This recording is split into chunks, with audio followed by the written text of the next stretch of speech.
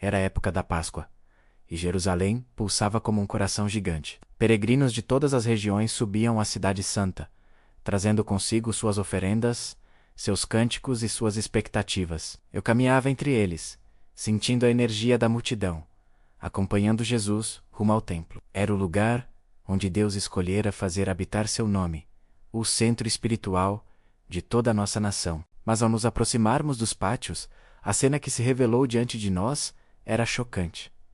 Não era um ambiente de oração, não era um espaço de reverência. O sagrado havia dado lugar ao profano, transformado em um mercado ruidoso de comércio, barganha e exploração descarada. Havia mesas e mais mesas de cambistas, homens negociando ruidosamente a troca de moedas. Vendedores gritavam, oferecendo bois, ovelhas e pombas para os sacrifícios.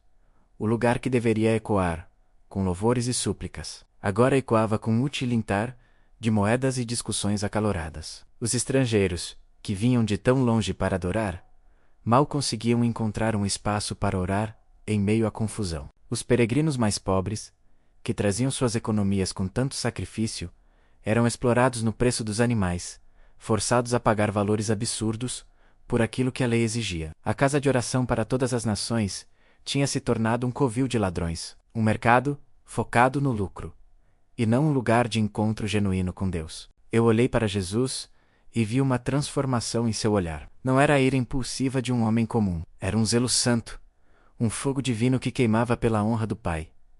Seus olhos varreram a cena com uma dor profunda e uma autoridade inquestionável. Sem dizer uma palavra, ele caminhou até um canto onde havia algumas cordas usadas para amarrar os animais. Com movimentos firmes e deliberados, começou a entrelaçá-las, formando um pequeno chicote. Era como se cada nó que ele fazia carregasse o peso da profanação que invadia o espaço sagrado, um símbolo da ordem que estava prestes a ser restaurada. Com o chicote de cordas nas mãos, ele avançou. Seu passo era firme, sua presença imponente. Ele se moveu por entre as mesas, e sua voz ressoou pelo pátio, clara e poderosa, fazendo com que o barulho do mercado finalmente silenciasse.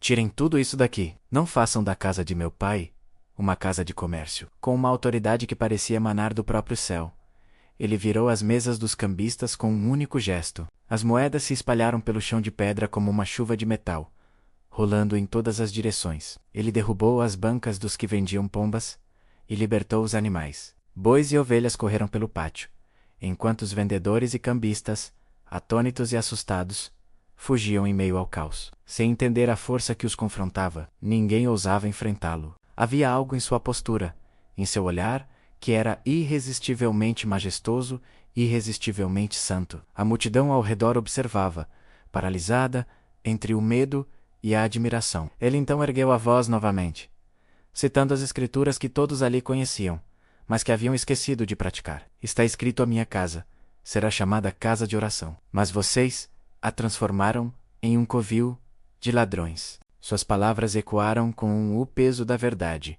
expondo a ganância e a hipocrisia que haviam se instalado no coração do templo.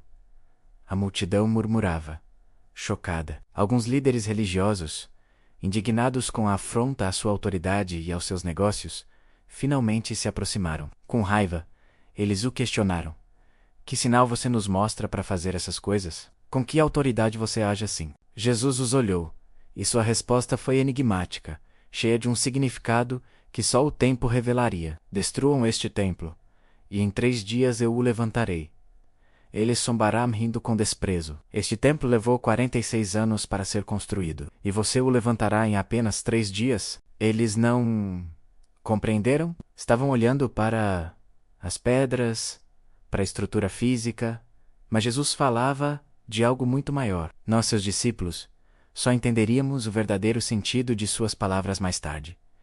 Ele falava do templo, do seu próprio corpo. A profecia de sua morte e ressurreição estava sendo anunciada ali, diante de todos, embora seus ouvidos estivessem fechados para a verdade. À medida que a poeira baixava e o pânico se dissipava, o pátio do templo mergulhou em um silêncio reverente. Era como se uma brisa de santidade tivesse varrido o lugar, purificando a atmosfera. Lentamente, os cânticos voltaram a ser ouvidos. As orações antes sufocadas pelo barulho retornaram. A reverência foi restaurada, e foi naquele momento que nós, seus discípulos, nos lembramos do que estava escrito nas profecias. O zelo pela tua casa me consumirá. Naquele dia, não vimos apenas uma limpeza física, vimos a autoridade do Filho de Deus confrontando o pecado de frente, defendendo o que é santo e protegendo o lugar onde o céu deveria tocar a terra. Vimos que Jesus não veio apenas para curar os doentes ou para alimentar os famintos. Ele veio para purificar, não apenas para consolar, mas para transformar. A partir daquele momento, ficou ainda mais claro para nós. A missão de Jesus não era apenas ensinar sobre Deus, era restaurar a verdadeira adoração, reconectar o homem ao Criador de uma forma pura e sincera. A casa do Pai havia sido limpa, e o reino de Deus estava apenas começando a se revelar em toda a sua glória e poder. Muito obrigado por acompanhar esta história até aqui. Se você gostou deste vídeo e quer ver mais conteúdos como este, por favor deixe o seu like e se inscreva no nosso canal. Sua ajuda é muito importante para nós. Até a próxima.